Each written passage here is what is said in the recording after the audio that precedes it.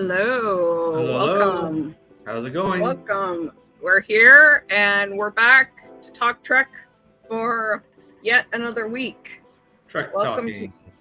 Welcome to StarTrekkin. Welcome to Trek Talkin'. We're Trek talking every couple of weeks, as we love to talk Trek, and it's a very exciting week here at StarTrekkin because the thing that we want to happen is on its way to happening.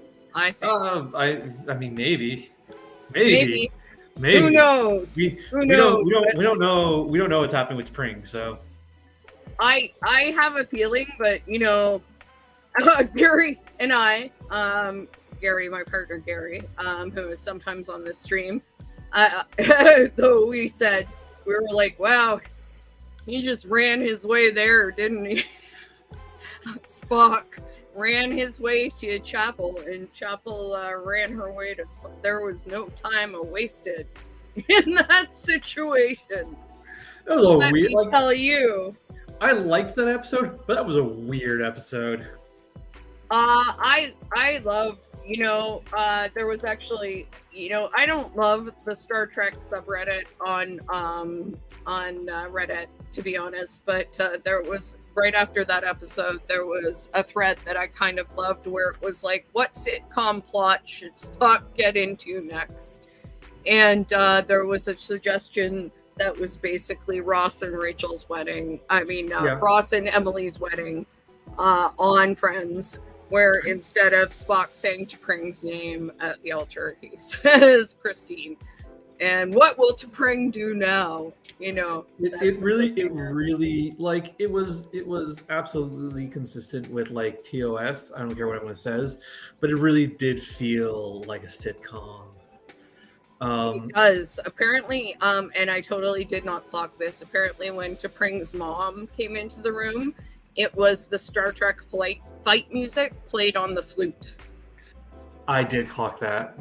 I did not, and I'm gonna have to rewatch it to honestly see that. I felt so bad for T'Pring's dad the whole time. He just wanted to eat some Vulcan food cooked by him. I thought that he was the real champion of the episode. Yeah, he really was. He just wanted to eat, he was just like, oh wow, this human cooked us Vulcan food. Let me try this. This sounds great. And his wife was just the buzzkill the whole time. Honestly, his response was the most logical, which is that I'm here, may as well enjoy it. Yes, it really was. It really was. I felt deeply bad for T'Pring, and I really loved Gia Sandu in that episode, and her she just seemed so tired. Just exhausted. Which we can all understand, I'm sure. Anyways, welcome. I am Nicole. Hello. I am in the East End of Toronto. That is Green, normally in the West End, but on location. I am currently up north along the coastline of Georgian Bay. Mm-hmm. Awesome. I will be back in my normal location for next recording. Like I said, I had some concerns about my mother's Wi-Fi, but so far, no issues. Everything seems to be streaming correctly. So far, so good. Green has been doing a lot of streaming today, as I found out just before the stream. So yeah, I've been online. Like it's just coincidence that this also happened to all coincide with. It's just been a busy day. It was all coincided with when I'm up north. My mother also hurt herself, completely unrelated to me coming up. So it's just been a busy. And then I had 2 prior engagements prior to this, so I've been streaming for like 5 hours already, but I should be all right. I'm feeling pretty good. Yeah. Whereas I had one of those situations where it's like, you think you've prepped everything ahead of time, and it says a 20-minute recipe, and that's a lie, especially because you have ADHD, and it's always a lie that's going to take 20 minutes. But this was a particular lie. I made gnocchi, and they were pretty good. They're pretty good gnocchi, but That takes way longer. And then rolling out you at least an hour. You cut out there for a second. Yeah, I can hear you again. Can you hear me now? Yeah. It was just like a second. Maybe it was just the power because there was a flicker here. Anyways, cutting yoke by hand and rolling that out, that's going to take you about an hour and a half. Anyway, just saying. That is not a 20-minute job. Whoever tells you that is a liar. Straight up liar. Or a chef. One of the two. The two. I've never had the honor, so I have. I just had a lot of ricotta that came. We get a cheese box from Good Cheese. Shout out Good Cheese in Toronto. They do an awesome cheese box once a month. I really enjoy it. They sent us a whole tub of ricotta. I was like, I either make a lasagna or something else. I was like, I'm gonna make gnocchi. Sounds easier than it is. It's nice to do. Very rewarding right now where I'm just constantly writing things and nothing gets finished. At least I made something. Finished something. Well, we're talking about cheese shops. So up here in Georgian Bay, there was a cheese shop called The Mousetrap, and that is an amazing name for a cheese shop. That is a wonderful name for a cheese shop, indeed. Indeed. I got to get up there sometime. I would love to go to Manitoulin Island. When I did my project end of last year over the summer, that was like mapping internet access across all of Ontario, just sort of to get an idea. I was curious about how where you live affects your internet access. That was it was really interesting because it gave me a really good concept of what the province is and who lives where, and also where all of the different bands are and where they live in Ontario, which is not something I didn't really realize how big the province is and how long it takes to get everywhere. And Ontario is bigger than most European countries. Ontario is massive.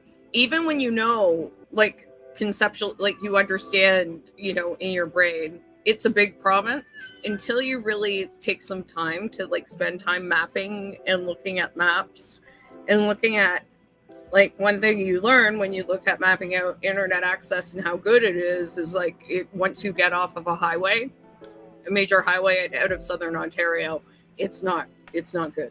Yeah. Or outside of a city. Basically. That's why I was concerned about streaming, but my mother's internet is really good. I'm not. Well, that's good. I'm also not hardwired. Good to hear. So I'm having perfect connection without being hardwired. That's good to hear. And you're genuinely better than my internet at home. You're not in a major city either. No. This is a small town of about 7,000 people. Well, that's good to hear. I mean, the data I was using was from a couple of years back, so I mean, maybe things have improved quite a bit. I know that was something that the government was trying to do. So. Definitely wasn't as good when I lived here as a kid. Well, I mean, yeah. That's above and beyond the fact that internet is just better across the board, it definitely wasn't as comparable to Toronto. No, I was always pretty lucky with internet because we lived, just about an hour and a half outside of Toronto. So that's never too bad. Just a little ways off of the 401. So let's start out with talking about a couple of things that came up in the news this week before we go through, or over the last 2 weeks before we go through the episodes.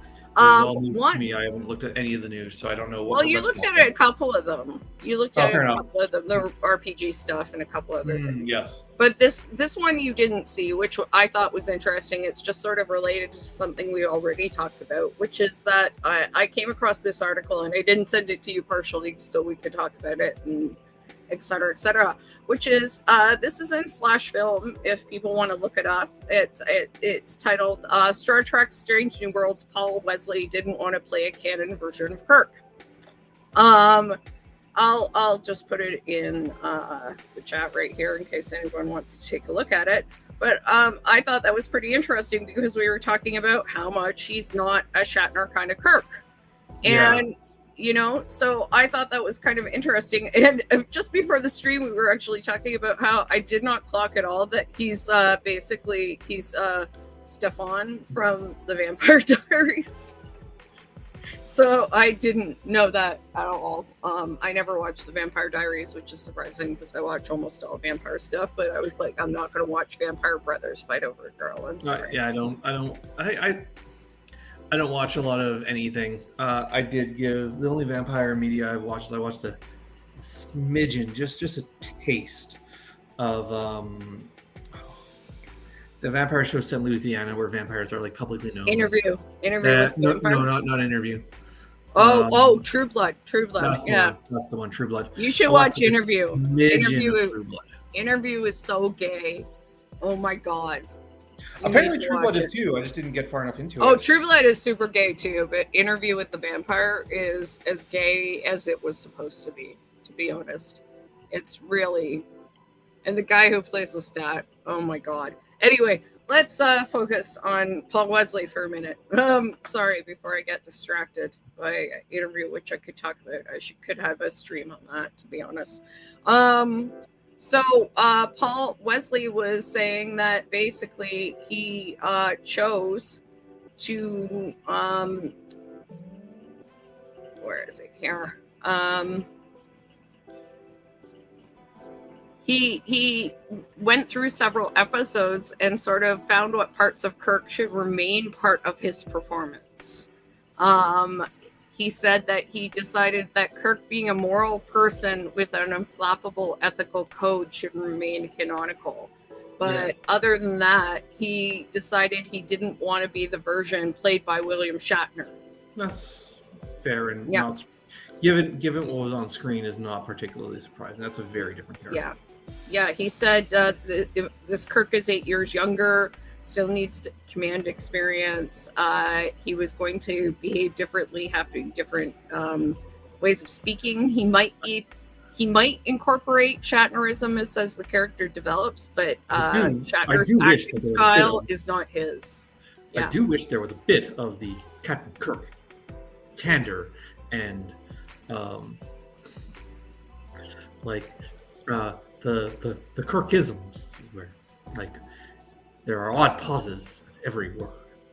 I don't mind it, honestly, but I've already said that. Yeah. And then he said, I think it would be a mistake to automatically be that version of Kirk, the version of the Kirk that is part of canon and that we know. I think he's still trying to figure himself out. And I think the part of the fun of playing this character pre the Kirk we all know is to slowly evolve and slowly develop the mannerisms or characteristics or the cadence. I more or less agree. I just wish there was like a little bit more. And then he said, I think that we can slowly get there. And I think if we get there from day one, it's a little bit less interesting to watch. I wanted to keep it a little bit unique and different.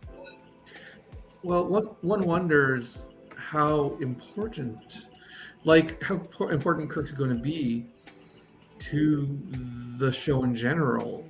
Mm-hmm. I mean, I don't know. I think he and Lon might hook up, but I don't know. Going that way. But neither Kirk is like in any of neither version of Kirk is really in any of the like production promo material, right? Like, I think he might turn up again. I mean, it's very possible they might introduce him onto the main cast with season 3. I don't know if he'll be on the main cast, but I think we'll see him again this season. Oh, we're definitely going to see him again. They're definitely like something. I don't know if they'll hook up, but something between him and Lon is percolating. Yeah, for sure. And then you came across you passed on the news that Star Trek Adventures is announced a Lower Decks campaign guide. Finally. Yes, with they did a Discovery and Picard campaign guide a couple of years ago, and I was just like, where the hell's Lower Decks? Like Lower Decks you can for tech for stats. You can use the TNG stuff for Lower Decks. They're so similar. But Lower Decks has its own unique tone. And to capture that tone requires a whole different set of everything, right? So here's some of the info. I just pasted it in the chat, but they are going to have releases including digital crew packs for season 1 and season 2, season 3 to release later in 2023 with playable main and supporting characters from the Charades. A standalone adventure called Lurkers, written by Christopher L. Bennett. Digital missions brief pack that's free, available to download, and the summer 2023 release of the full-size 240-page full-color hardcover supplement Lower Decks campaign guide, packed full of information about bringing the Lower Decks tone and style of humor into your Star Trek Adventures campaigns. So I haven't looked at the rest of that. I only saw the core book. So let me quickly look at that. But yeah, like if during the writer's strike when Star Trek inevitably goes away, because everything's going away, like I think if I were to run something, I think Star Trek Adventures would be the one I would want to run. Yeah, and the Lower Decks guide looks really fun. There are some fun parts to it. It looks really entertaining. So I've also like as a GM, I've really taken to pre-written adventures. I really like.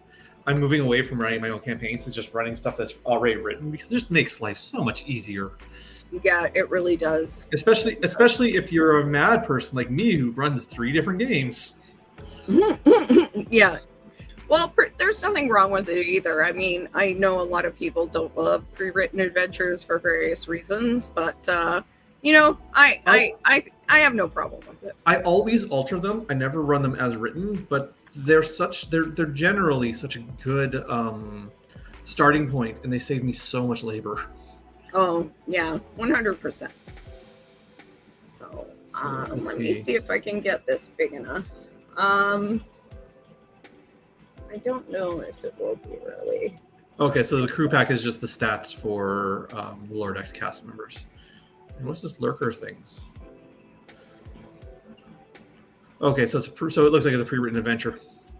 Yeah. Yeah, maybe we can get because Tristan is a huge Star Trek fan, so I bet you we can like rope Tristan into doing a Star Trek stream with us. Get a couple other people together, maybe 4 people. If Gary, I don't know that Gary is in a position where he can commit to a campaign, but then I can just run this workers storyline.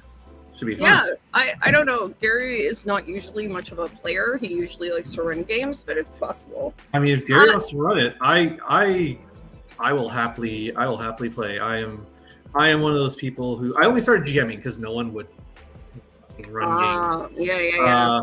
So I took it upon myself to become the GM.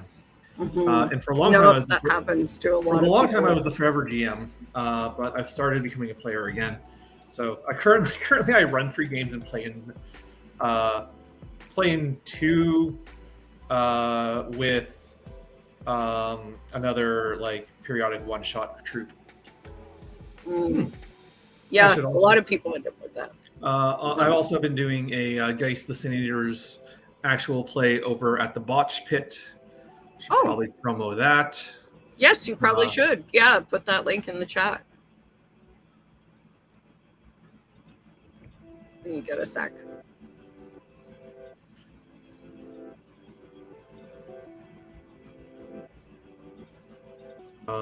It's going to be a short campaign, so. That's cool. Actually, there's an easier way to get this link. Go here. Let me go. There it is. Click on that. Don't play. There's a. I haven't actually listened to it, so I don't know what got edited in or out, but. Oh, I can't post it because I'm not the owner of the stream. Oh, okay. Well, I will post it in private chat. I put it in private chat. I will post it then. So there we go. This is my third stream with the Botch Pit. This is the first time we've done a Chronicles of Darkness game. Every other time it's been like a weird sort of indie RPG. There you go. All right, and so check that out. And then the last thing we have that I sent Green a little while back is it's coming out soon, is the Star Trek Lower Decks Crew Handbook, which has a few things in it that like might be minor spoilers for season 4 if you check this out. So the link again is in the chat here, but I just wanted to share one thing that was kind of cool from it. One moment here. I have so many Chrome tabs that it's showing me right now. Is Lower Decks going to be affected by the strike? Do we know? I would guess so, because they are, they're still acting. So yeah, but I'm wondering, basically, more what I'm wondering is, did they finish recording? I am not sure. Because if they finished recording, it's probably good to go. If they didn't, oh boy, it might be a while. I'm not sure. Yeah, I'm not sure. So this is they have in the Lower Decks Crew Guide. It's basically a crew handbook. It's the conceit is it's written by it's written by Boimler, I believe, to update the junior crew on various things. And this is kind of a fun thing because it's about Ferengi. And in the commentary, they talk about how, because it's the cultural context here is Ferengi, one of the noblest creatures in the cultures in the galaxy. The Ferengi represent one of the few societies to achieve interstellar civilization without going through the bloodthirsty period seen in the history of humans or Vulcans. And then the comments are, Boimler, wait a second, did a Ferengi write this? Mariner, yeah, Captain Nog. That's the whole reason the handbook's being rewritten. Now that Ferenginar is applying to join the Federation, Grand Nagus Rom thinks that using words like greedy, untrustworthy, and scheming in the original profile might be prejudicial to new Ferengi cadets. I have another piece of news to talk about. Okay. Well, I just thought it was, I was just going to say, I thought it was cool that Captain Nog and Grand Nagus Rob were mentioned in there. And that Nog is Captain. Yeah, I'm always happy to see more Nog content. Nog's, it's a pity that we'll never see another live action Nog, or because I don't think they'll recast him. But the next piece of news I want to talk about is Prodigy Season 2, Prodigy Season 1.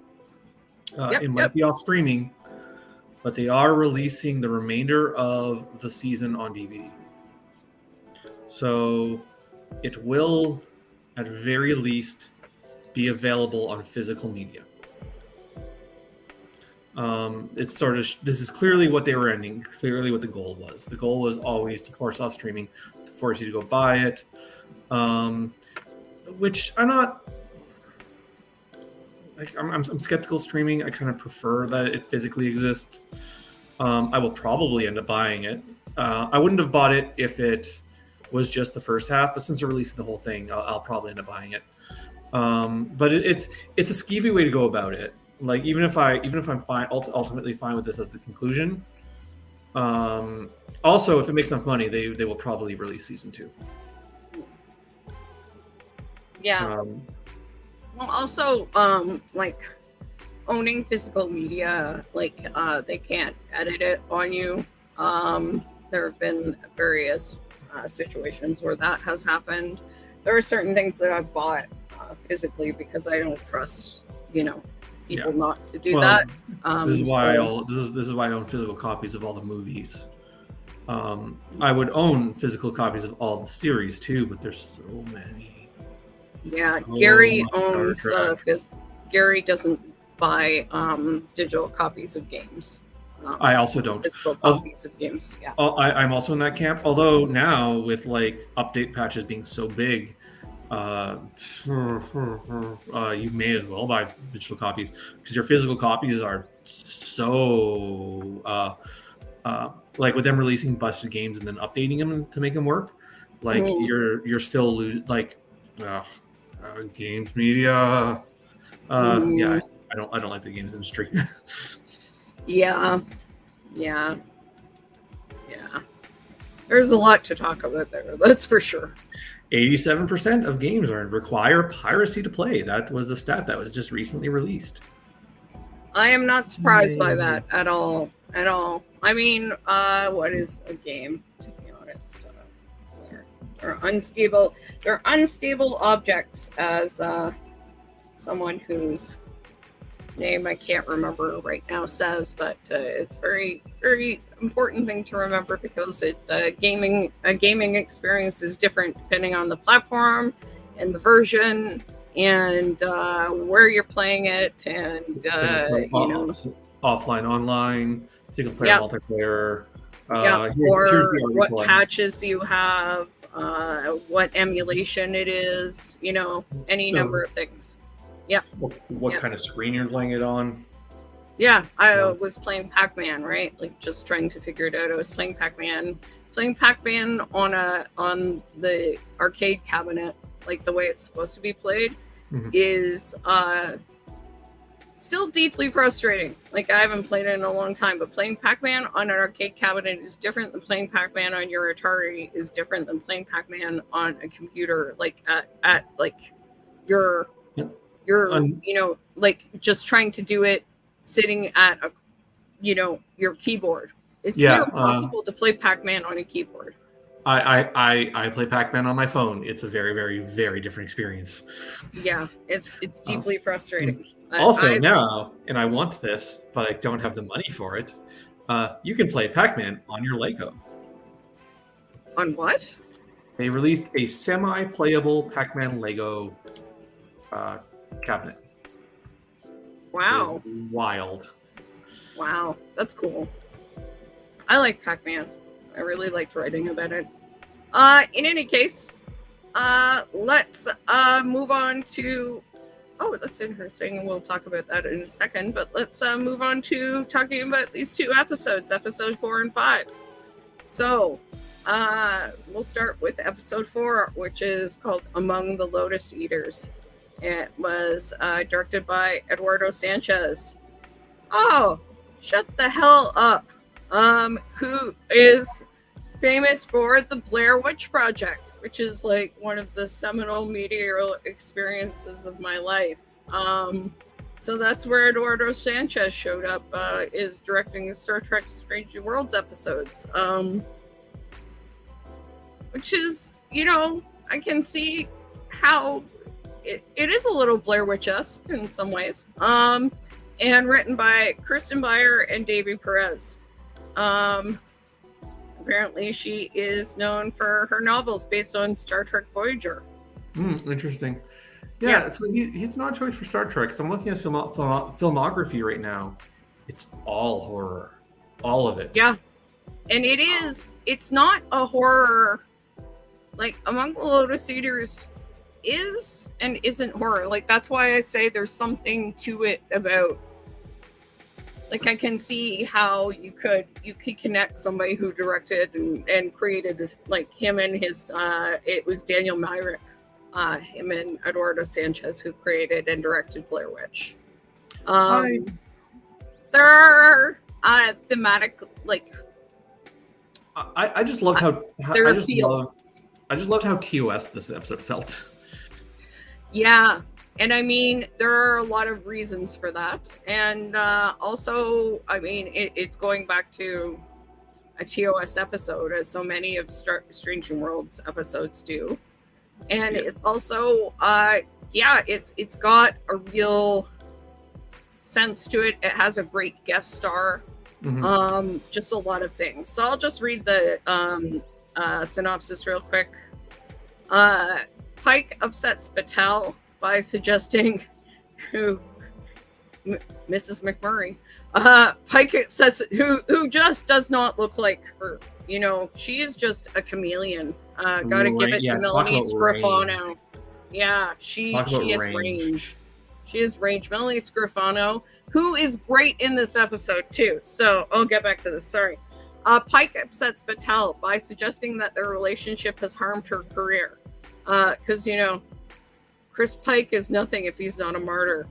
The Enterprise is sent to the planet Rigel 7, the site of an earlier unsuccessful mission. Asteroids surrounding the planet emit radiation that makes people forget who they are. Pike, Lon, and M'Benga discovered that Zach Wen, yeoman presumed dead on their previous mission, has become a despotic ruler. He enforced a caste system where laborers lose their memories every night, but he and his guards do not. The away team lose their memories and become laborers. Hearing a legend that their memories are stored in Wen's castle, Pike fights his way inside, defeats Zach, and learns that the castle itself blocks the radiation. The crew on the Enterprise also lose their memories, but pilot Erica Ortegas learns what her job is from the ship's computer and navigates away from the asteroids. I fly the ship. That's right. That was one of the greatest Star Trek scenes ever. The away team recover their memories and return to the Enterprise.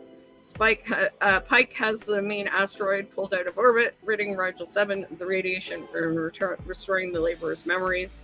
He apologizes to Batel and they resume their relationship.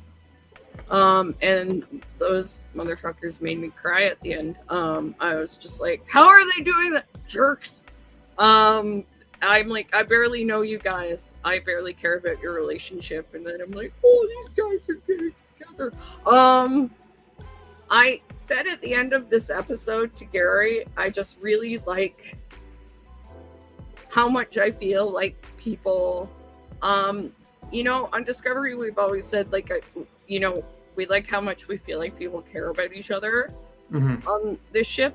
But I feel like everyone on the show they have a depth of relationship. They portray just how long people have known each other. Yeah. In just such a natural and impressive way. The way Una read Pike right away. You're doing that thing you do again. Yeah. You're pushing people away. Yeah.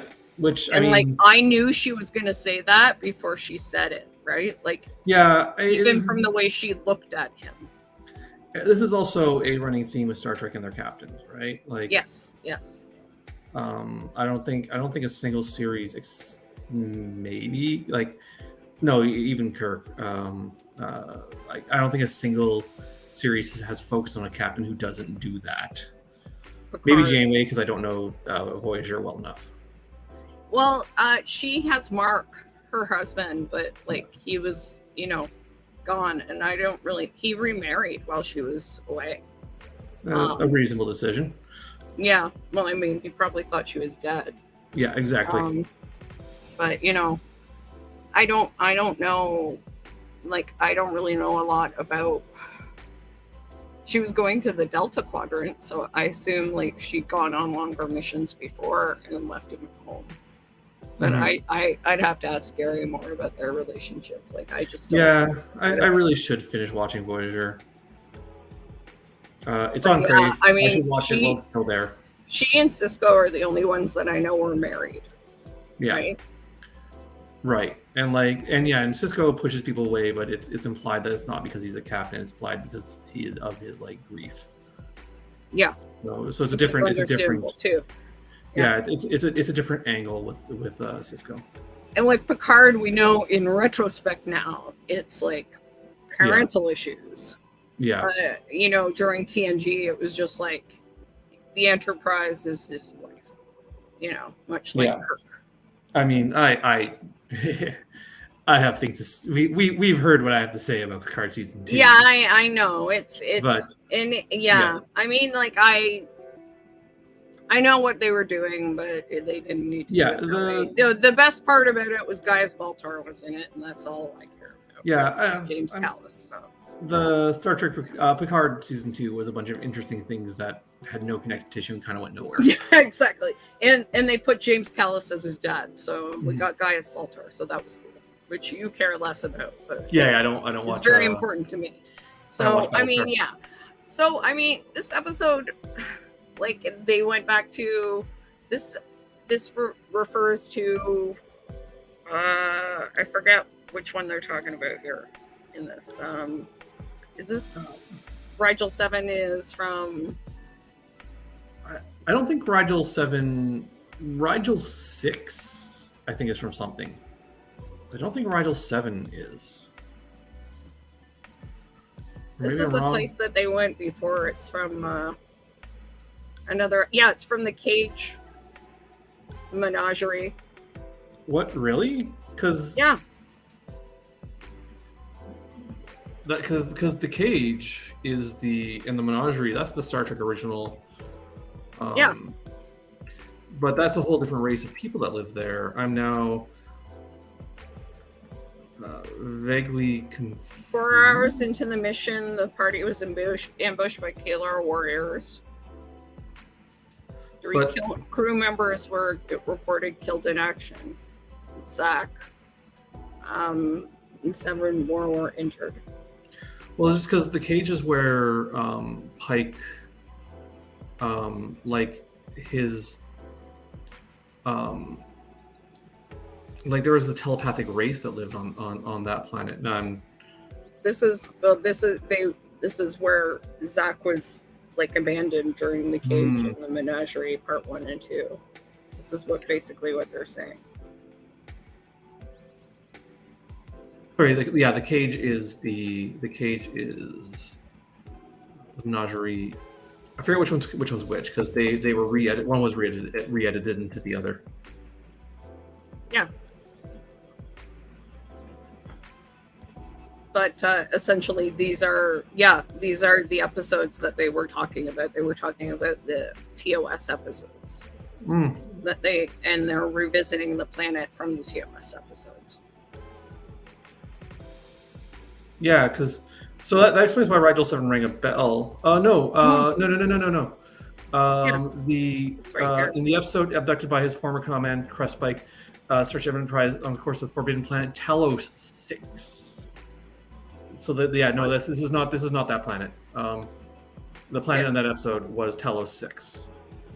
Because that didn't make sense for also some of the plot lines they've established for Pike in this. I'm confused because Memory Alpha says it's the same episode. I mean, the same planet. Let me see. I'm not sure who's saying it's Telos 6, but everything else says it's Rigel. They're on Rigel 7.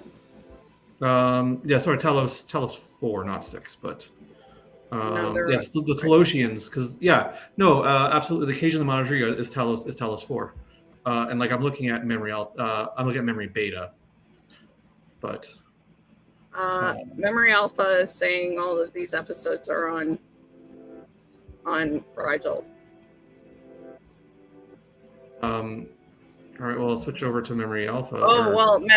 There's Talos is where they go back to.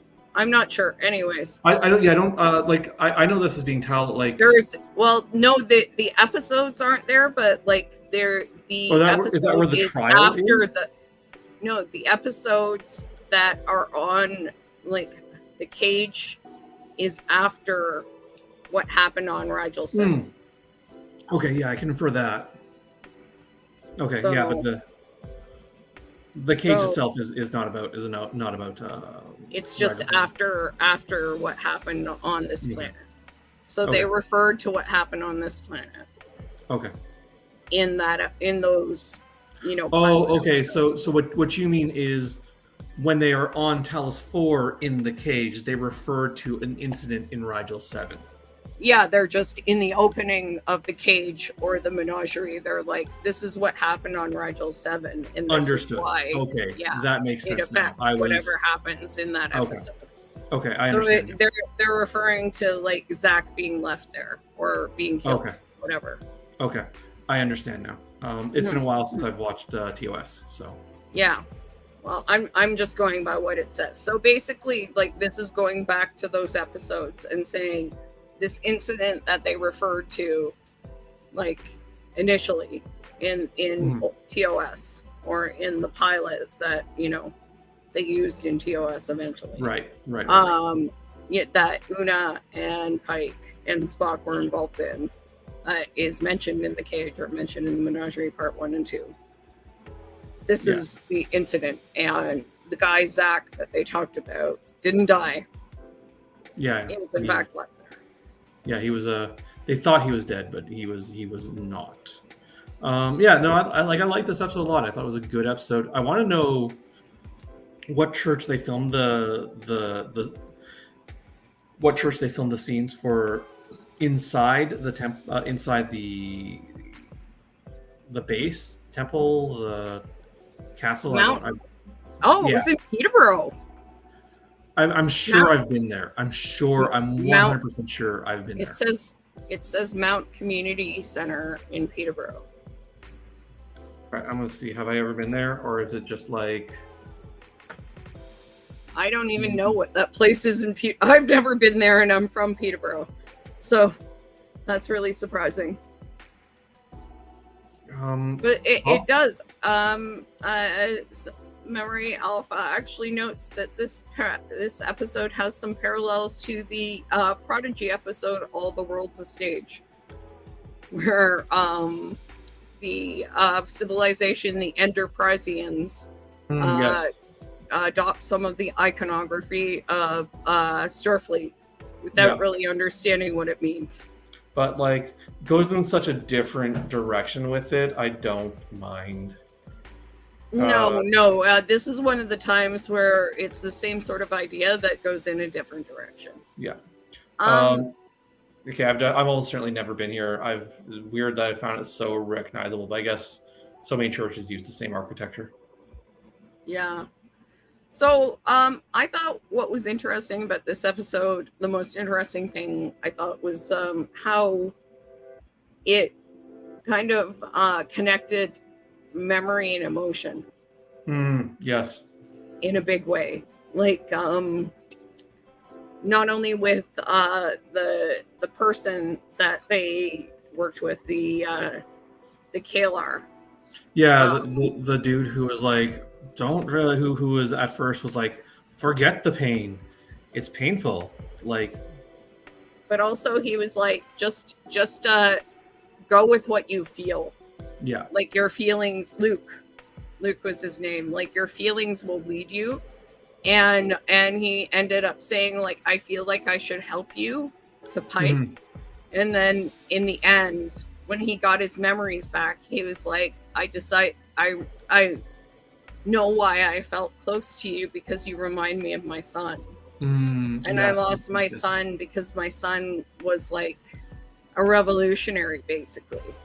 Yeah. And, I helped you because you reminded me of him, like you wanted to make things different and you were the same sort of person. And I'm like, oh, that's so sad, right? Like, but it was like always like, Pike's emotion and the thing that Patel gave him, the compass, like it kept, he said in the end, that's why I cried, because he's like, you led me back to you. And I'm like, oh my God, you do love her. Like, Jesus Christ, Yeah. And Lon and Mbega, like Lon and Joseph, they have some sort of like their thing, right? From the Klingon War, and they remembered each other. They were like, he was like determined to save her. Yeah. It does argue for like a sort of emotional realism that's very interesting. That like sort of memories define things, but that the bonds we forge with people like go beyond memory. It's like an interesting ethos. You always feel like kind of like your essential self. Yeah. Even, like Lon was like, as soon as Pike threw down, she was like, okay, let's do this, right? Lon was like ready to fight. Joseph was okay to do it, but he was scared, right? And because like it's not in him to do it unless he has to. Yeah. Well, like Lahan also has a body forged for soldiering, right? So of course she's going to be like, whereas he definitely did not. Like I I don't know. I liked it. I did. This is you're already going deeper into it than I was. I was like, oh, this is a fun throwback episode that feels like a TOS era. Look at the fake sets. This is great. Oh well, I mean, it was just the whole like thing about that, and like how, you know, the bonds came so quickly, and I realized, I remembered at one point I was sort of like, why is this dude helping him so quickly? Yeah. And then it came to the end, and I'm like, oh, and then I realized how much all the bonds had been like, you know, even though they forgot and they didn't know who they were or who each other was, they were like, but we're friends with each other. I know this and I want to help my friends, right? And the guy kept saying, well, forgetting is a blessing. But even though they had forgotten, they were still arguing like, but memories make us who we are, and even though there's pain, you want to remember the things that are good, right? And that's always an argument too. That's the eternal sunshine of the spotless mind argument, right? Yeah. Like, well, I mean, also like it answers that question, right? Because when he finds out the reason why that like he had a son who died, and like he's thankful to have those memories back. The pain was worth it, right? So, and I mean, yeah, and that's always the debate that people have, like, would you want painful memories if you could, like, would you erase your painful memories if you had to erase the good ones, or would you want to keep them? Yeah. And, you know, I'm always like, you know, I'd rather remember all the good stuff and like still remember the bad stuff, but like that's how kids know how not to burn themselves, right? Yeah. You know? Yeah. Like, you hurt yourself and you remember that and you know not to do it again. And like there's an emotional component to that too. And I think that, like, I mean, that's why I find this episode really interesting. And I mean, the thing that I thought was interesting about Eduardo Sanchez directing it is there is a real horror to forgetting who you are and what you are and everything about yourself, right? Like, yeah. Well, there's a horror to forgetting like the things that make us essentially who we are, but at the same time they're saying, but what you are is essential to you. You can't forget everything, right? Yeah.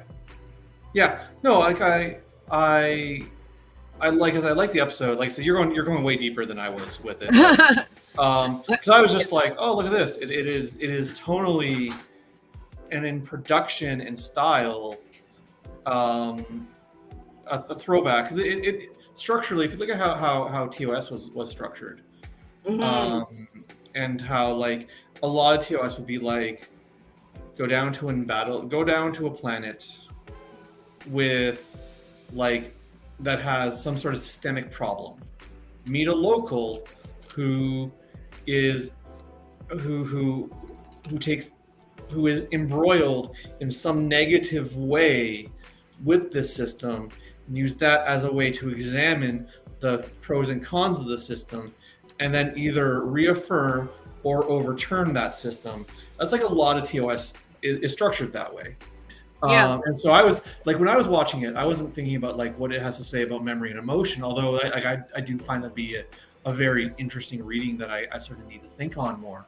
But I was like, look at how I was just enamored with how structured it was, how similar it was structured to a TOS episode, even in like some of the productions. Because like there's a scene towards the beginning where they're like scouting out this base that has a Starfleet chevron on it. Yes. And they're like, and it looks like a set production from the original series. And I was like, that's not accidental. That's not a budgetary issue. You made it look like that on purpose. And it was really structured very much like an old episode, because I mean that ended up with them being surrounded and captured, right? Like, yeah. And then finding out finding out the mystery, but finding out the mystery is not actually the situation they're in. Like, finding out the situation is not the situation of the episode. You could put a filter on this to make this look grainier and older than it is, and you could play it with the TOS era, and other than the production value, it would not feel out of place. And the other thing that's interesting too is like having, like, this is actually sort of, I was just thinking, a peanut hamper situation too, because you have, you know, someone from Starfleet who shouldn't be doing this, you know. Yep. In this situation, it was survival because he's been through forgetting and remembering, right? And doing things that he didn't want to do, and now he's a little crazy from that. But you know, it's a situation where he's like, oh well, now I'm going to take advantage of this and make myself king, haha. Yeah. Right. So I mean, I have the phaser, so I am the one in charge. Yeah, and I mean, setting up like some sort of weird, you know, feudal society where people just work and, you know, yeah. My assumption with that was that the feudal society was already there. Yeah. Well, and I he mean, just make himself king himself of the feudal prominent, society. Yeah. Um, Because some of them got to live in the, you know, castle and not forget. But yeah, no, this was. It wasn't my favorite episode, but there was something so enjoyably throwbacky and so enjoyably Star Trek about it. Like, it's not the episode that it's not an episode that blew me away, but as a thesis, like, as much as like the Star Trek Reddit and Star Trek Facebook will complain about New Trek, it doesn't get more Star Trek than this episode. Oh yeah, totally.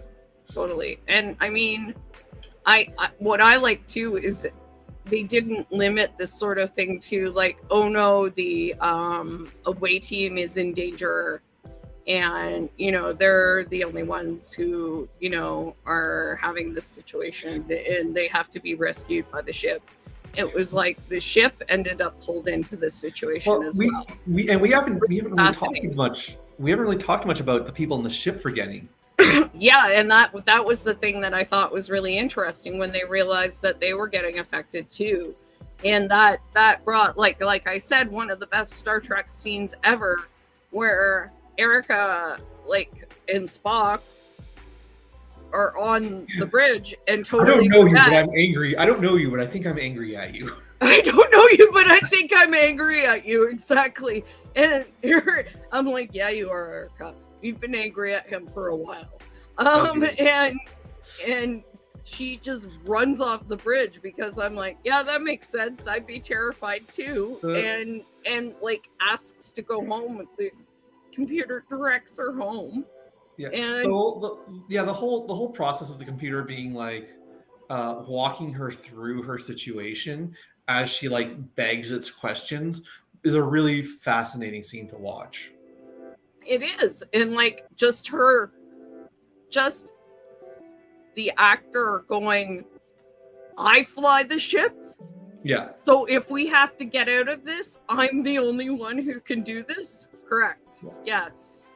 Yeah, and like her just going from freaking out to just convincing herself. Yeah. Like, because it feels right. Yeah. Actually, yes, I fly the ship. I I did notice, this isn't a complaint so much as like just not in this episode and the next episode. I did notice like, because Strange New Worlds isn't nearly as flashy as Discovery is with its like set and like production on. So it was, there's a mosquito in here with me. So like it this didn't bother me when Discovery or even Picard did it. But I really would notice when they would shift to like from like internal Enterprise sequence to like a CGI like external outside the ship action sequence. It would be really, because like the way the camera in Strange New Worlds works is just generally fixed camera. like an old school television show. They don't do a lot of fancy camera work like Picard or Discovery do.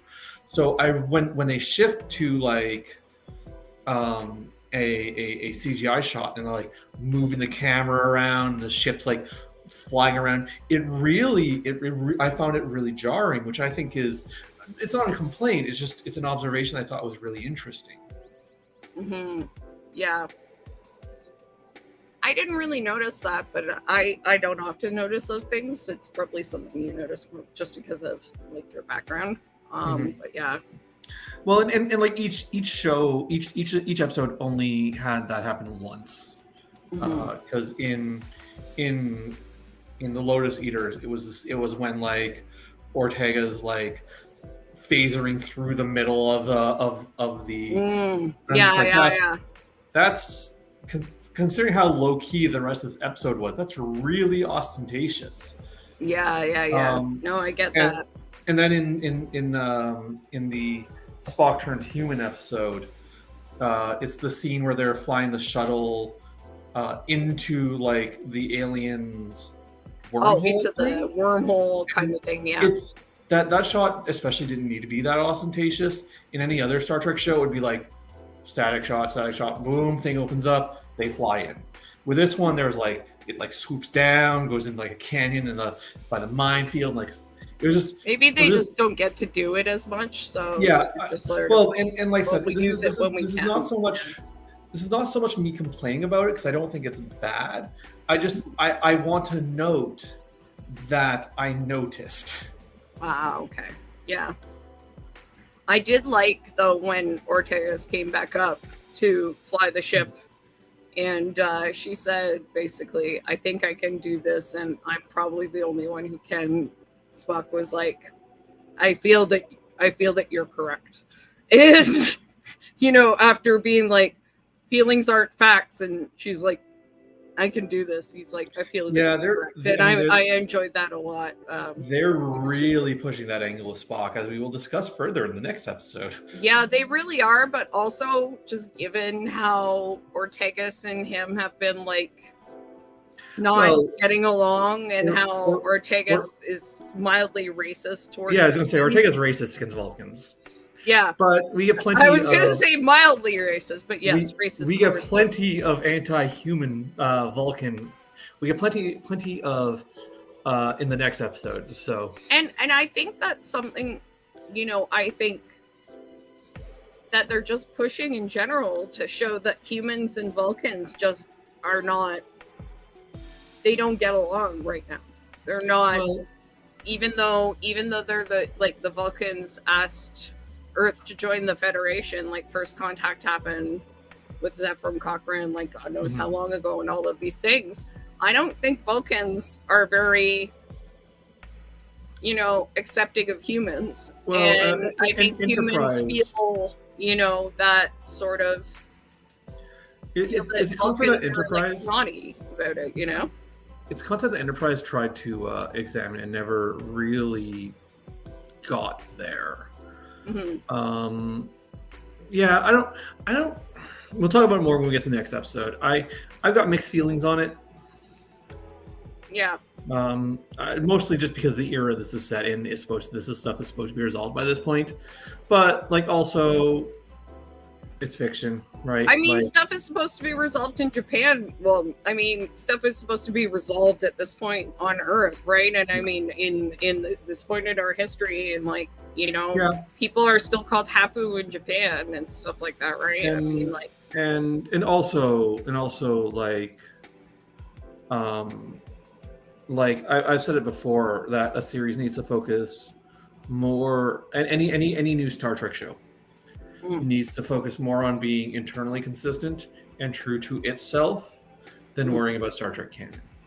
Yeah. And I mean, Stranger Worlds is really not worrying about Star Trek canon. Like, let's be real here. As we will discuss in this episode as well, which this next episode may be more argument for, me thinking, which I found out, apparently a lot of people who don't like Stranger Worlds argue that it's another timeline because they don't like it, which I'm kind of amused at, because I've argued that just because I think screw canon, do what you want. But Yeah. I mean, the last little while has, I think, shown more that it's just probably people messing with the timeline that is making things different. It's not necessarily a different timeline. The timeline is just different now.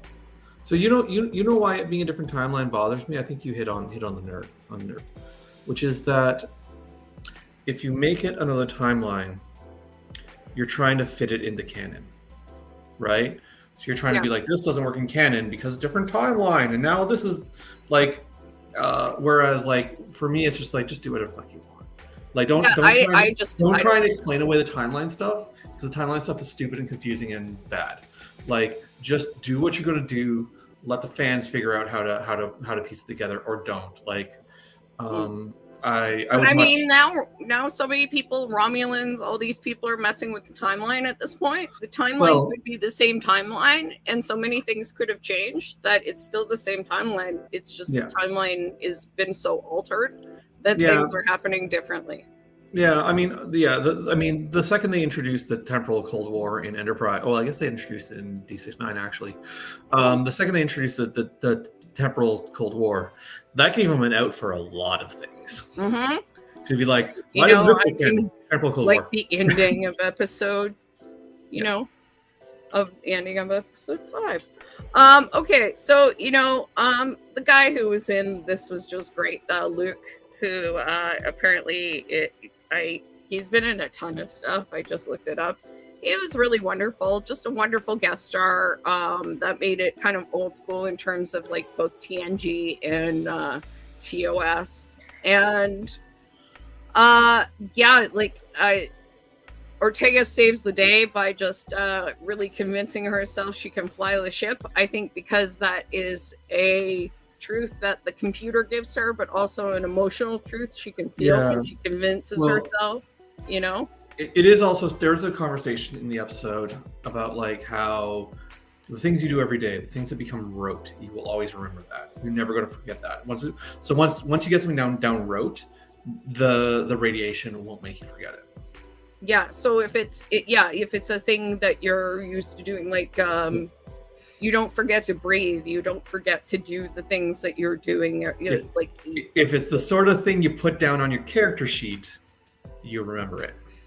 Yeah, and she knows she can fly. If someone tells her she knows how to fly the ship, and she convinces herself she knows how to fly the ships, then she's gonna know how to fly the ship because she flies the ship every fucking day. Yeah. So she just did that. And the difference between her when she went into her quarters and the different when she left her quarters, I'm like, there's our Erica Ortegas. Yeah. She's back. Like, not completely, but she left and she was walking, and I'm like, she's Erica. It was really cool. This is gonna be a weird comparison. She's the Scotty of this of Strange New Worlds. I can agree with that, because she's like got the same kind of funny sense of humor. Like, she's got a sense of humor. She's got a never say die attitude. And Scotty reminds me of Chris Rios in a lot of ways, not just because like the Spanish thing, but it's just she's just like a pilot who is reckless and is not going to give up. Scotty was also kind of racist towards Klingons in the same way that she's racist towards Vulcans. Although Scotty fought in war against the Klingons, that's why he was the way he was. Was Chris racist towards Borg? I can't remember. I don't think so. I don't think he was really racist towards anyone. He doesn't really engage with the Borg plot line.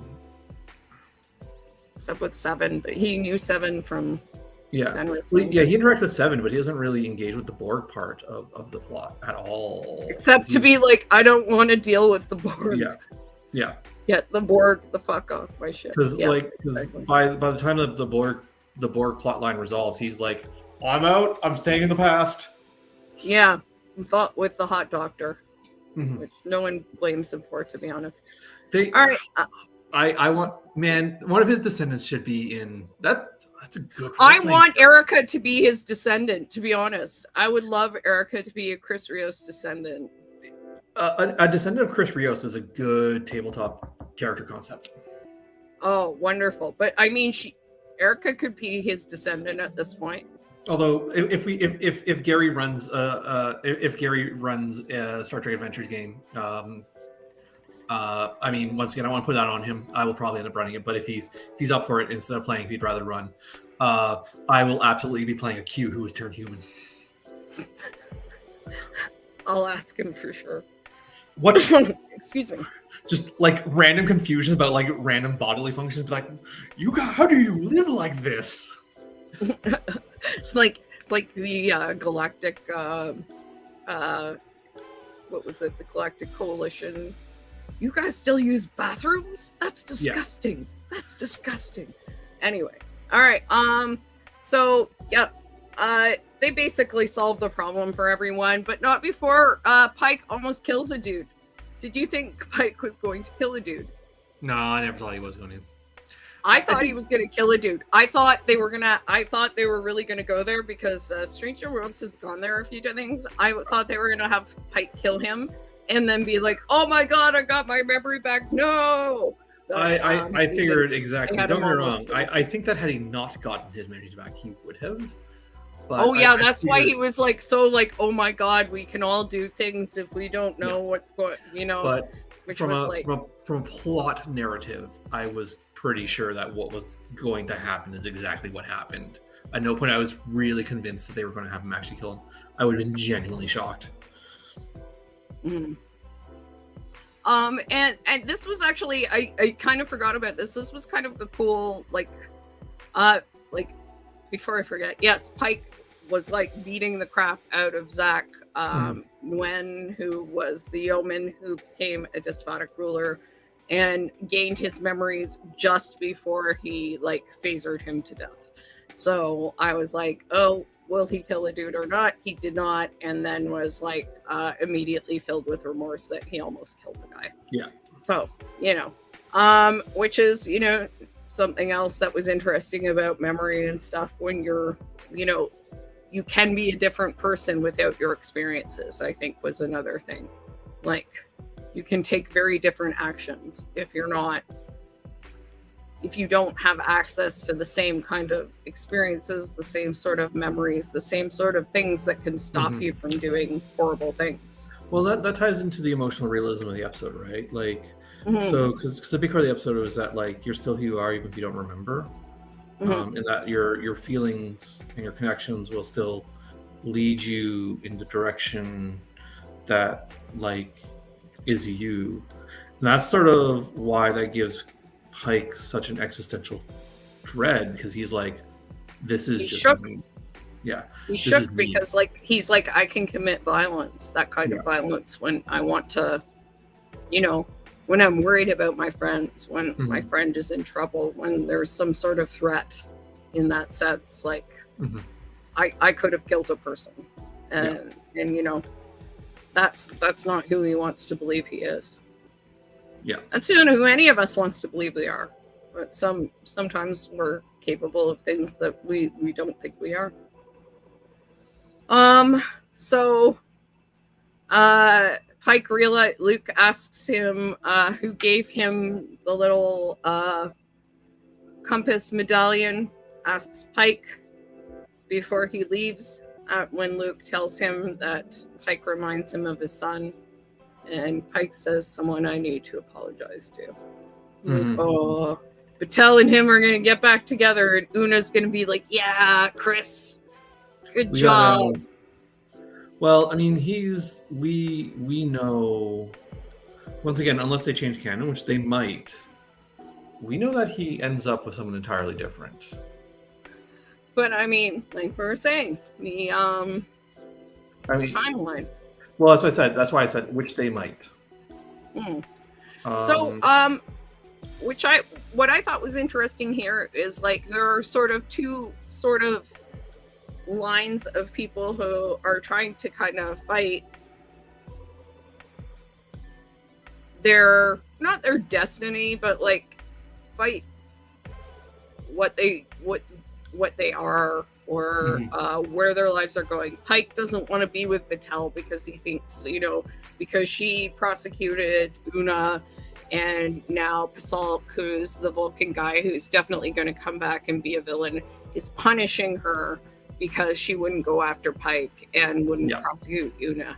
And so he's like, no, I have to break up because I'm ruining your life. And she's like, shut the fuck up, that's stupid. And then there's lower stakes. There's Ortegas, who's like, I get to go on an away mission.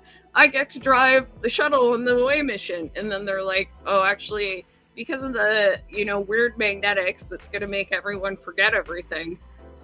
They don't know that. They're just, because of the weird magnetics, Erica, you need to stay on the ship and adjust, the piloting on the ship every few minutes. So you can't go on the away mission. Yeah. Erica's like, oh, God damn it, I never get to do anything fun. Yeah. So Erica, in the end, does get to do something fun by helping pull the bad asteroids out of the atmosphere and fix everything with a shuttle. And Erica is also like, actually, I forgot I was a pilot, and that's the most important thing in my life. So being a pilot's pretty good. I don't need to be on away missions all the time. I'm pretty happy with who I am. And Pike is like, you know what? I forgot the most important person in the world to me. And actually, I still remembered her. So I need to stop being an idiot. And just accept what's making me happy. Because probably part of it is not only like, oh no, I'm ruining your career. It's probably also like, I'm going to die horribly or be in some horrible accident and be in a state that I can't be with you. So we might as well end this relationship now. Yeah. So it's interesting. We had 2 high-profile breakups in 2 episodes. Yeah. Well, one was a breakup and got back together. Yeah. So that's good. But the other is they're on a break. Yeah. Let's see how T'Pring takes. They're literally doing the Ross Rachel plot. They are, but I think they're going like Ross and Rachel. I think T'Pring and Spock are going to have different conceptions of being on a break. Yeah. Very different sorry. conceptions of being on a break. It's 10 o'clock. Can we move on to the next episode? Yes, let us move on now. If I were home, I wouldn't mind, but my mother's going to have to go to bed at some point. Oh no, let's go on to Charades. So Charades is the next episode. I will read this really quickly. So it's directed by Jordan Cannon, who was directed on Baroness von Sketch, Burden of Truth, and Schitt's Creek. All right. Which is kind of cool. And it's written by Catherine Lynn and Henry Alonso Myers. Spock and Chapel are nearly killed when they encounter a portal created by higher dimensional race, the Kirkovians, who heal Chapel, but accidentally reconfigure Scott's half-human, half-Vulcan physiology to that of a full-blooded human, which is hilarious. This happens as I loved every interaction with the Kirkovians. I thought they were great. They were hilarious. Human Spock, also hilarious. This happens as Spock is preparing for an engagement with ritual with his fiancée T'Pring and her bigoted parents, T'Pril and Savik. Let's be real. T'Pril is the only one who's bigoted. Savik is fine. Yeah, Savik was chill. Savik was just like, Savik is chill. Savik, I think, also was on most logical person in the whole show. Yeah. Spock's human mother, Amanda Grayson, woo, gorgeous, boards the Enterprise to help Spock prepare. Spock does not tell T'Pring of his condition, hoping not to worry her, and relies on the crew to help disguise himself as a Vulcan, install the ritual until a cure is found. Chapel convinces the Kirkovians to return Spock to normal by confessing to them her feelings for him. After Uhura and Ortegas really prod her and have to turn their freaking backs for her to confess anything. It's ridiculous. Spock is able to complete the ritual, which ends with him making a telepathic connection to his mother that shows him how difficult it is for a human to love a Vulcan.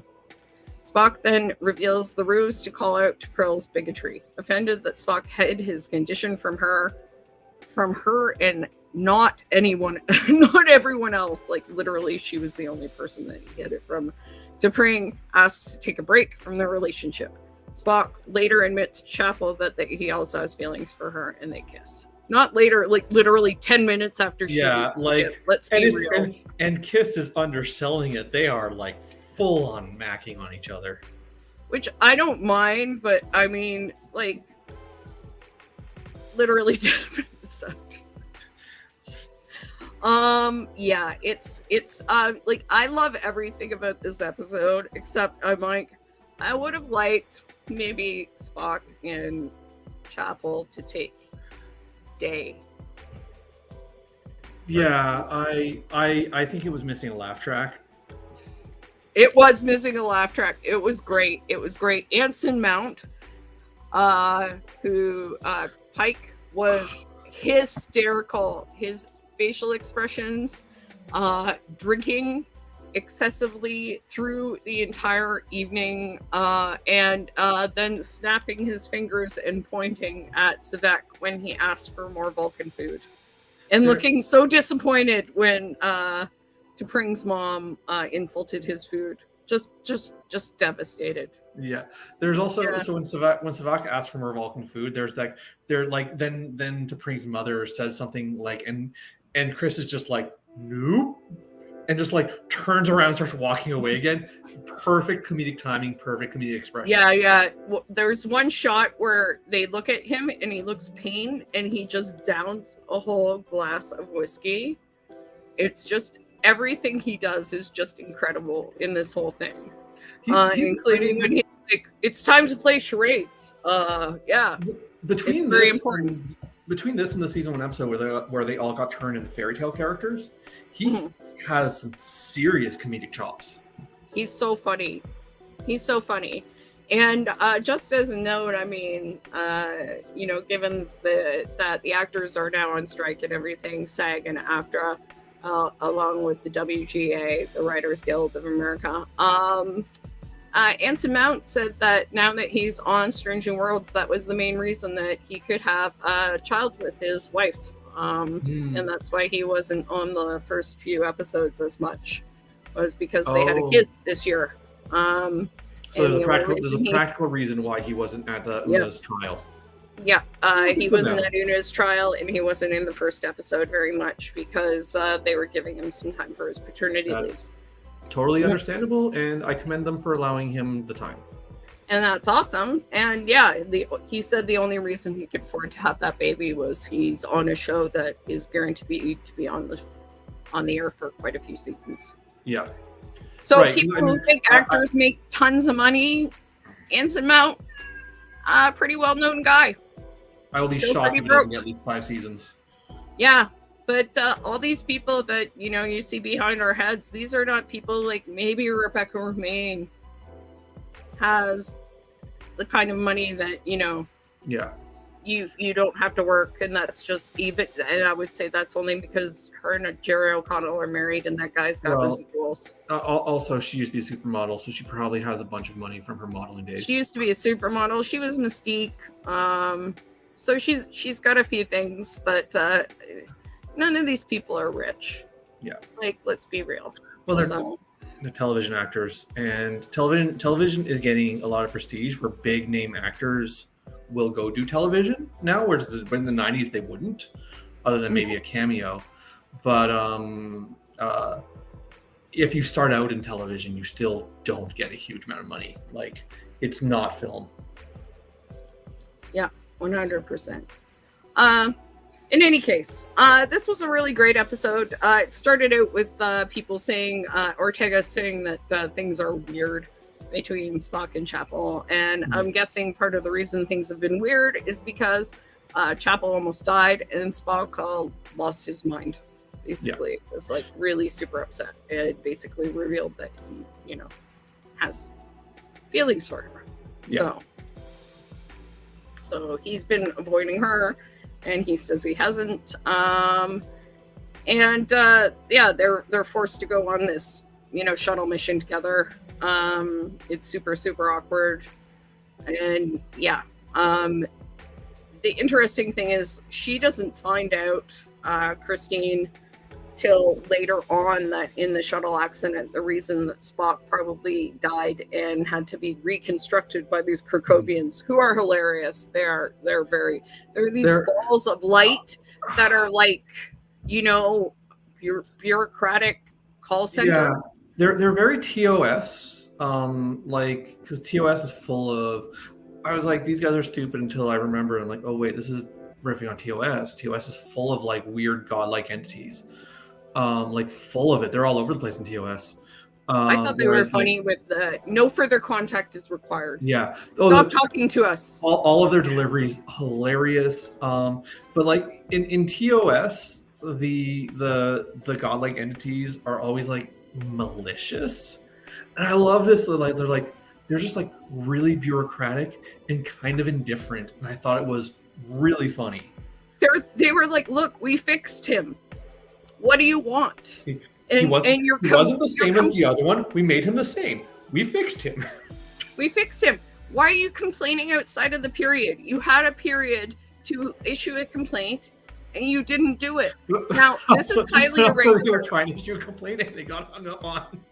Yeah, they're like, you're issuing a complaint outside of the required period. This is irregular. No, we don't want to take your complaint. You had 2 weeks to issue the complaint. You had 48 hours for the complaint. The 48 hours are up. They really were just something out of Lower Decks. Like they were a Lower Deck bits. Oh like, yeah, entirely.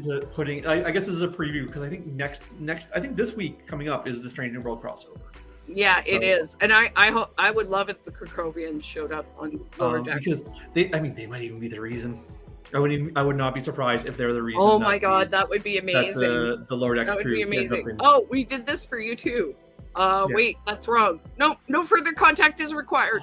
But yeah, like an indifferent godlike race is very like because the Q are sort of portrayed as indifferent, but Q himself cares very much, and like being like, yeah, we're just this godlike race. We're not malicious and we're not like good. We're just bureaucrats and like can't even be bothered to look human for you. Yeah. We're just like balls of light. We're just bureaucrats, and you are not part of our bureaucratic process. And it's just something that like it's just a bureaucracy that there. As we live in a highly bureaucratized world, I think the idea of like bureaucrats, but also godlike entities, is just very funny. And like I think everyone can relate to the idea of just like trying to do something at the DMV. Mm-hmm. Like the whole reason I'm in Midland right now is because I'm trying to deal with bureaucracy bullshit. So yeah, and sometimes you have to go to specific places like for some reason. Yep. How amusing is it that Spock basically has a girl gang? Spock hangs out with Ortegas, Uhura, Lon, and Una. Yep. That's Spock's like hangout buddies. But who else is he going to hang out with? The only other person he could hang out with would be Umanga. Yeah, and Umanga is always telling him, and I'm guessing Pelia doesn't want to hang out with him because he has too many questions to ask. Yeah, and it's probably annoying. And he can hang out with Pike, and he doesn't want to bother the captain. And Pike's his superior, so he's not going to be like hang out, right? It's like they're close, they're very close, but Pike's still his boss. So this is why Uhura and Ortegas are so annoyed with the situation, because when they're hanging out with Spock, they can't hang out with Chapel. Yep. When they're hanging out with Chapel, they can't hang out with Spock. Yeah. So they're like, "Oh my god, guys, this is like, would you stop? Either do something or don't." And they even yell at Chapel about this, like when they're dealing with the Krakowians. Yeah, they do. Because like when they're talking to the Krakowians, Christine, the Krakowians are hilarious because I almost feel like it seemed like a Krakowians are fucking with her too, because they're like, "Oh, we can't fix this for a friend. He's a friend. We can't fix it for a friend. Do you have a different relationship? Because if he's just a friend, we won't fix it." And she's like, I don't know, I just she won't tell them, and Uhura and Ortegas are like, oh my god, Christine, just tell them the way you feel. But like she's that's like, I also, don't know how I feel, and they're like, yes, you do. But there's also something like very bureaucratic about that, because like if you ever gone to like had to see someone in the hospital, like no, yes, family only. Yeah, family only, or like, and when AIDS started happening, actually, it was like if you were someone's boyfriend and not or someone's girlfriend, like their partner, and not family, you couldn't go in either. Yeah, which is very bureaucratic too. But like, I mean, like, it was just really funny. Oh, we can't change it for a friend. And then she makes, like I said, Christine makes them turn around, like turn their back so she can admit it to this glowing ball of light. And I'm like, and they're like, it was ridiculous. It was like she was 12. It's the funniest thing in the world. I'm like, Christine, have you had a boyfriend before? I actually had a hard time. I'm not gonna lie. As funny as it was, and as much as I love the Krakovians, I actually did have a hard time watching this episode, because I have a hard time with cringe humor, and this episode dipped into cringe humor a lot. Oh, there was a lot of cringe humor, because I think mostly it was the Spock as a human. Went into that a lot. The Spock as a human stuff, like, we haven't, despite being the thrust of the episode, we haven't talked about it much. And it's like, I have such a hard time with cringe humor. I paused the episode multiple times. Yeah, apparently that's an autistic thing. Apparently this is just a normal thing for like people with autism to be like cringe humor. There's a few people. Our friend Mike, who I think you've met a few times, who played Requiem, who was Evan in Requiem. He could never watch Frasier. Because he's just like, it's so embarrassing for me to watch because you get and this is what happened with me. This is why I'm watching. I had to pause it multiple times, because you get like secondhand embarrassment. Yeah, that's what happened with Mike. He can't watch anything like that. Like Frasier was the big thing for him. That's interesting, because I get that a lot, but I never had a problem with Frasier specifically. He would be horrified watching it, just horrified.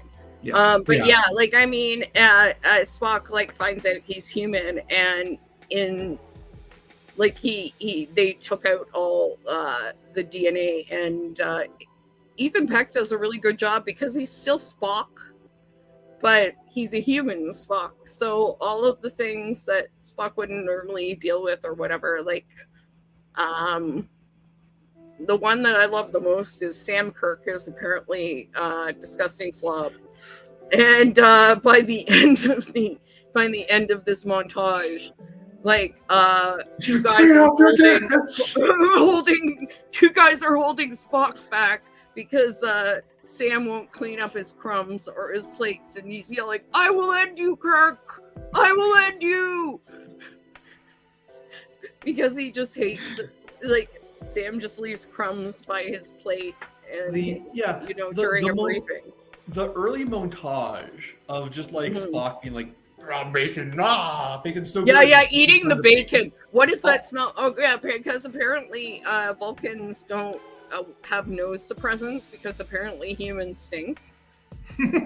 Which is mentioned a few times. Like, T'Pring comes into the room, we all know what the smell is, and then looks over her shoulder at Amanda. I'm like, oh my god, bitch. Get her. Get her now. Do not insult Amanda Grayson. Oh my god. But yeah, she is stunning every time. Oh, how did Amanda Grayson look younger in this episode when she was in Discovery? She is so beautiful. That woman has never met a low-cut dress she doesn't like either, and I am not complaining about it either. Oh my god. But stunning. The montage stuff I didn't have a hard time watching. I thought that was all very funny. It was when they got to the ceremony that I was just like, this is too cringy. Well, it's tough because, I mean, everyone's been there, right? Like, there's no one who hasn't been there where you're not in a situation where people are disapproving of you because of who you are. And your family wants to protect you, but they can't. That You know, I mean, like it's a very universal situation, even if a ceremonial, I'm gonna be engagement is. honest. It's really not a situation I've been in. Don't get me wrong. I've been in those Yeah. situations, people disapproving of me, but my reaction is generally not to hide it. My reaction is to be like, "Fuck you." Well, yeah, but I mean, Come at me. your reaction is different, certainly. But I mean, everyone's been in the situation where, people disapprove of you, and people who you want to impress, and they're still, there's nothing you can do to make that happen. And so I think that was really interesting to see, and I that's part of the reason I liked Pike's reactions throughout it, because I just felt like Pike was just like, I am helpless here. I can do nothing. I hate this. I've done everything I can, and I'm just I'm just a helpless witness to this horrible situation. Yeah.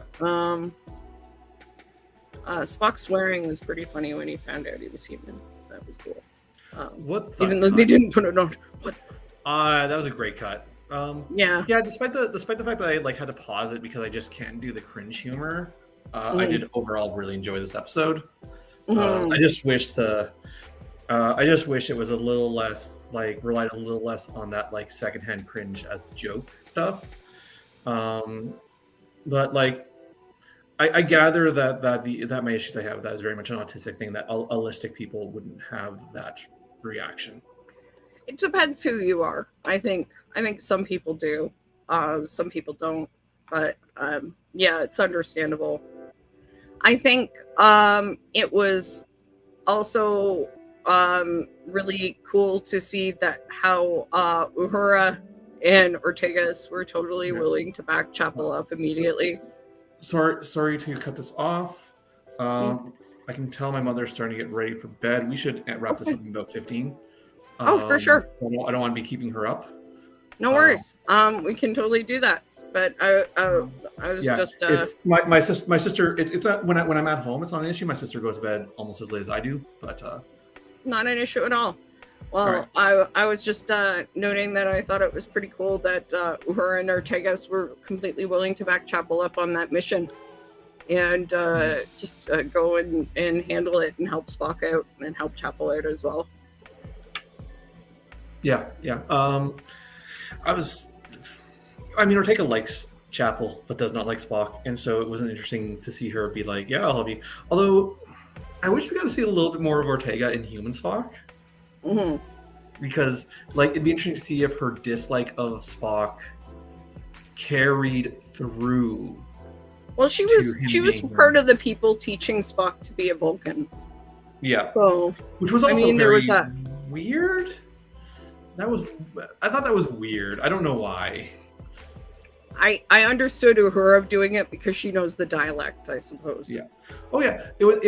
No one except for Ortega I thought was particularly unusual. Just Ortega just does not like Vulcans, but there's a bit that they could have played into there, and I'm wondering if there's some cut scenes where she's giving him bad advice because she doesn't like Vulcans. Well, she said that there was a bit in the end of the last episode where she talked about how she wasn't mad at him, and he had done a certain thing specifically to help the other planet. So I think she's coming around with him. I mean, that's going to be her plot line. She's the nurse from season 2 of TNG with Data. She doesn't like Data, but by the end is really pro. Pulaski, Dr. Pulaski. Pulaski, yes, yeah. She's following that Pulaski story arc. Yeah. There was a really lovely mother and son moment with Spock, where Spock acknowledges that Amanda had a really rough time. Because of the memory they shared, and he stands up for her. It seems very touching. I liked it. Yeah, I like that a lot too, especially since Spock's relationship with Sarek is usually the thing that's foregrounded, and not so much his mom. Yeah. And then the thing we talked about at the top, which is Chapel and Spock kiss after T'Pring, is pretty pissed at him for not trusting her. Is the main issue. It's interesting because I think I think him not telling her is a perfectly rational choice, Mm-hmm. but for none of the reasons that were brought up. He didn't tell her because he didn't want to stress her out, basically, and But he eventually mentions that, but he doesn't at first. To me, I'd be like, you were going to mind meld with your mother, and your mother would have learned that I'm human when you mind melded, so I couldn't tell you. To me, that's the thread of logic, and they even foreshadow that because when she's like, I have to read my mother's mind later, and then he's just like, oh. So there's a shot that seems to suggest that's where they're going, and then when they have that conversation about it, that's not what they do with it. So I thought that was really interesting.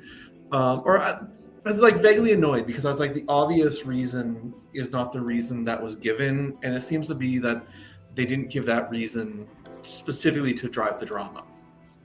I think it was partially that, but I think it was partially that, but I think it was pretty clearly telegraphed when they were outside that he noticed that she was just so stressed out that he couldn't do it. She does good stress out Vulcan though, because she never. Oh, she does. She never breaks composure. She does. Yeah, that's why I was like, she was so good because she just sounded exhausted. Yeah. Just done. Like, but never not composed. Just like, I am so tired of my mother. I am not angry. I am not upset. I'm just tired. Yeah. Just tired of this.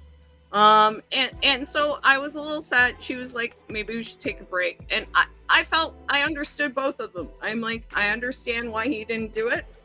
But I understand why you're mad about it, because she's like, we trust each other. We swapped bodies and we covered it up, right? Like, we managed that. This is very similar. This is almost a sequel to that episode now that I stop and think about it. Yeah, it really is. And she's like, we managed that, and you can't tell me about that. You included, and this was the big thing, you included literally everyone on the ship. Everyone was involved but me. Yep. And yeah. And then, he goes and has a drink with Pike, and they commiserate, and then he literally runs to Chapel, or he's about to run to Chapel, and Chapel shows up at his door. Yeah, giving them an episode to work that out before they kiss would have been the right choice, I think. I mean, I'm not mad about it. I mean, I was expecting it to happen. It didn't even need to be an episode. It could have been the next day. Yeah. In the same episode. I mean, everyone knew it was going to happen, but like, I agree with you. It was way, way too fast. And that's where it was like, sort of like, I feel like T'Pring and Spock are going to have different conceptions of what a break entails. They're doing the Ross Rachel plot. I don't even like Friends, and I know what the Rachel plot. Rachel Ross plot is. And that's entirely what Gary said. Is Spock going to be like, we were on a break? Yep. And I'm like, I feel like yes. I don't know if this will lead to a throuple. I have my hopes. I don't know. I have a hard time seeing it resolving any other way, but at the same time, yeah, who knows? Fingers crossed. Like, I keep hoping, but you never know. I think the only way it ends with Chapel and Spock together is if it's a throuple. Otherwise, I think it'll be T'Pring and Spock. I don't think they're gonna. Yeah.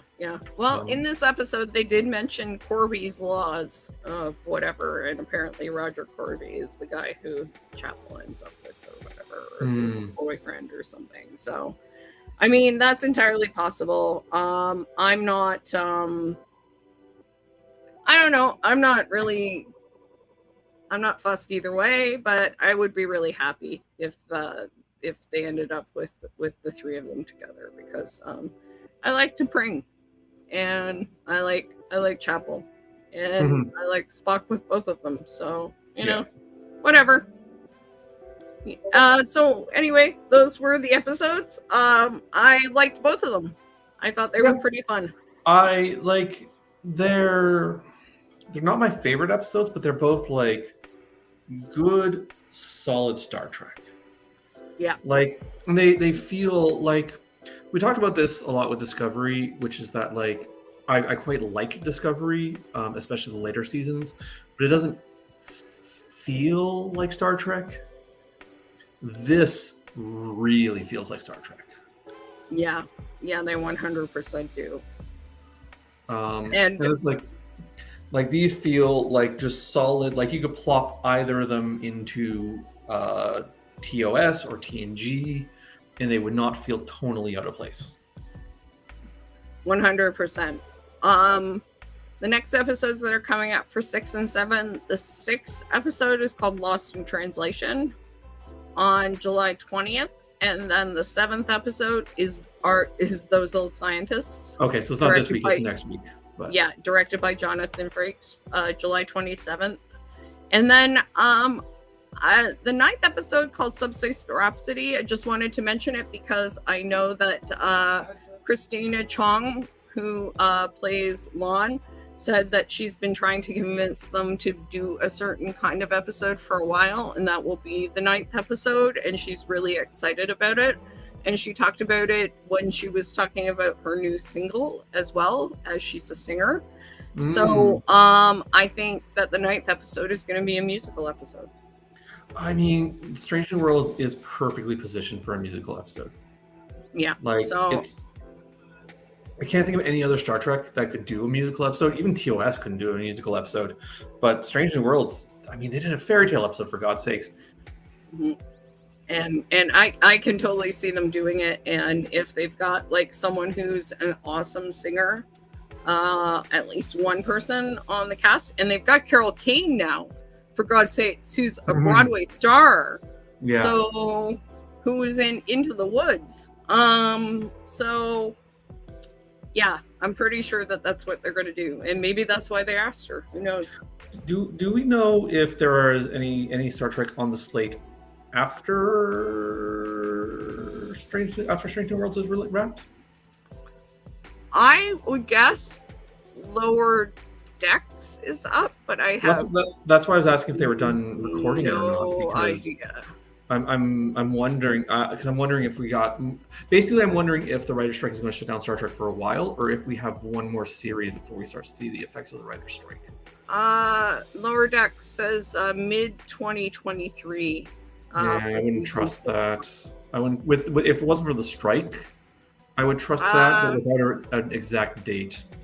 They said a summer premiere, so I don't know if they've got it recorded. It's probably fine.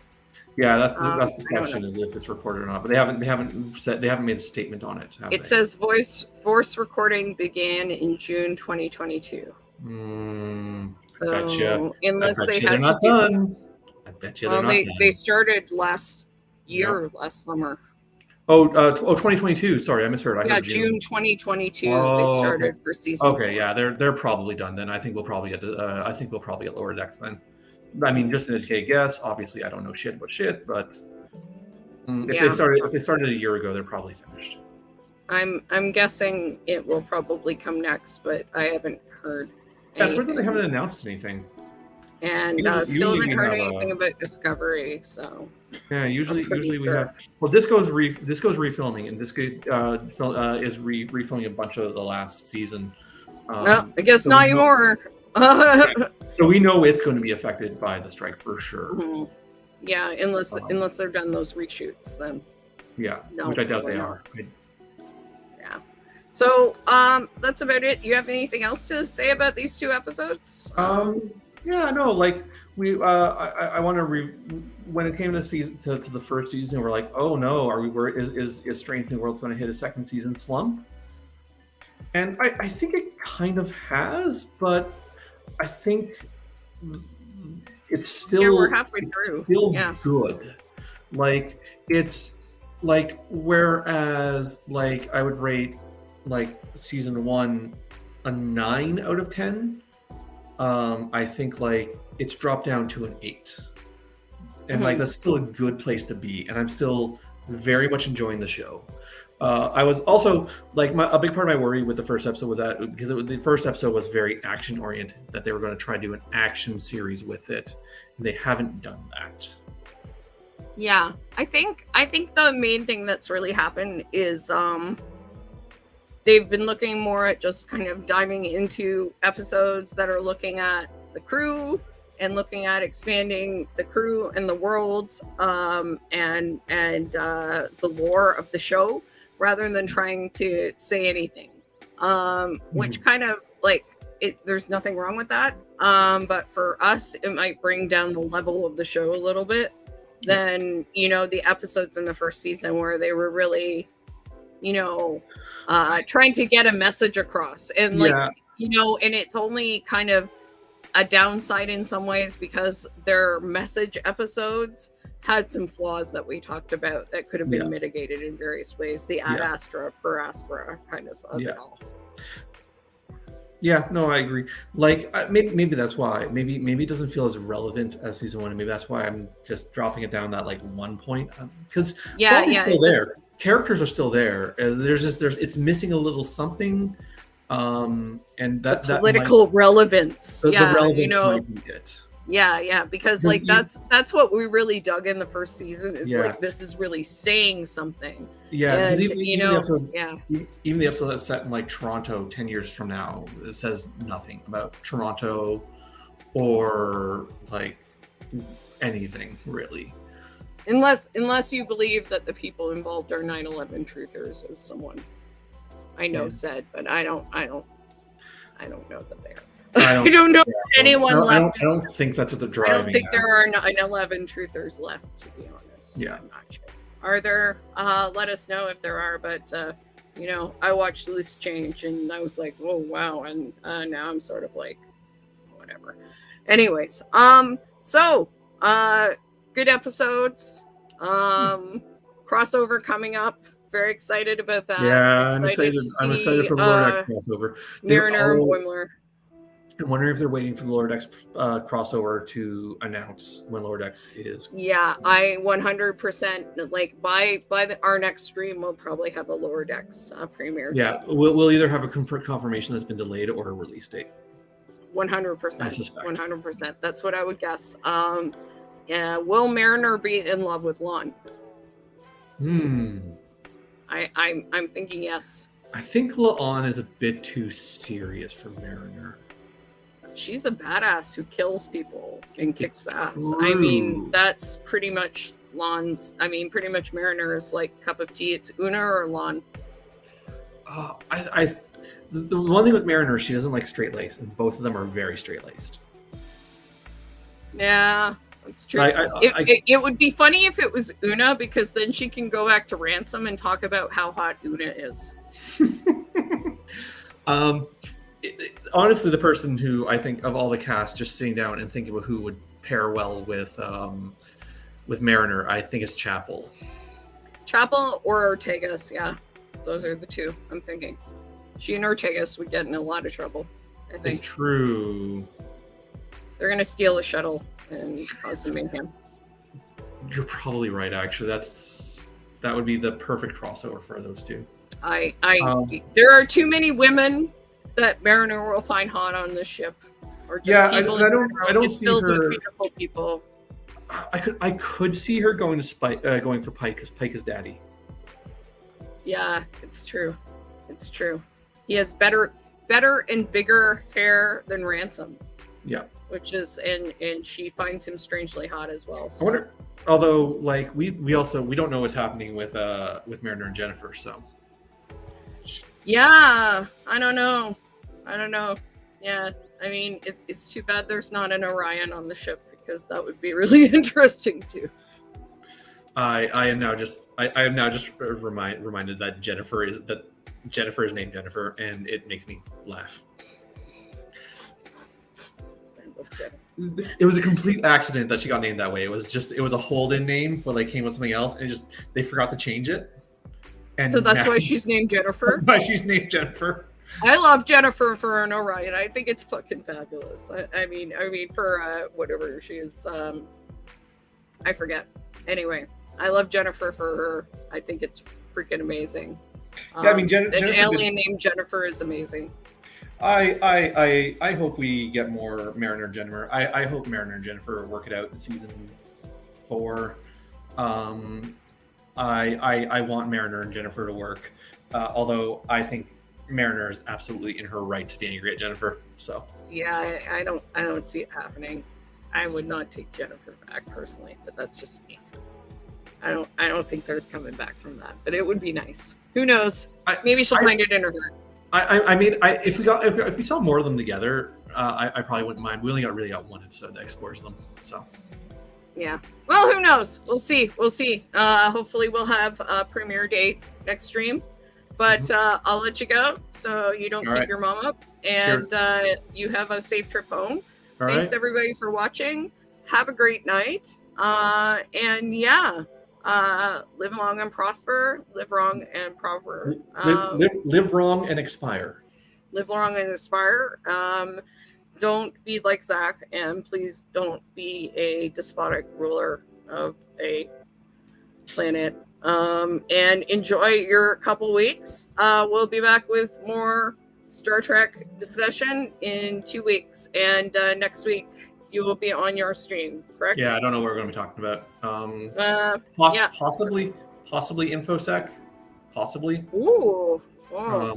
Always something interesting. Because Mastodon had a massive security leak. Oh, well, for once I didn't join up to something that had a massive security leak. Nice. It's only the Collectiva server, but one of the Collectiva admins got raided by the FBI.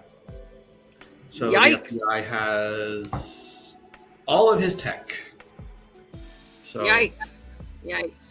Well, that's not good.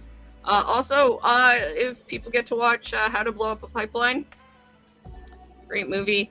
Very surprised it got made. 2 thumbs up. In any case, have a good one. Watch Green next week, and we'll see you in 2. All right, take care. Take care, everybody. Au revoir.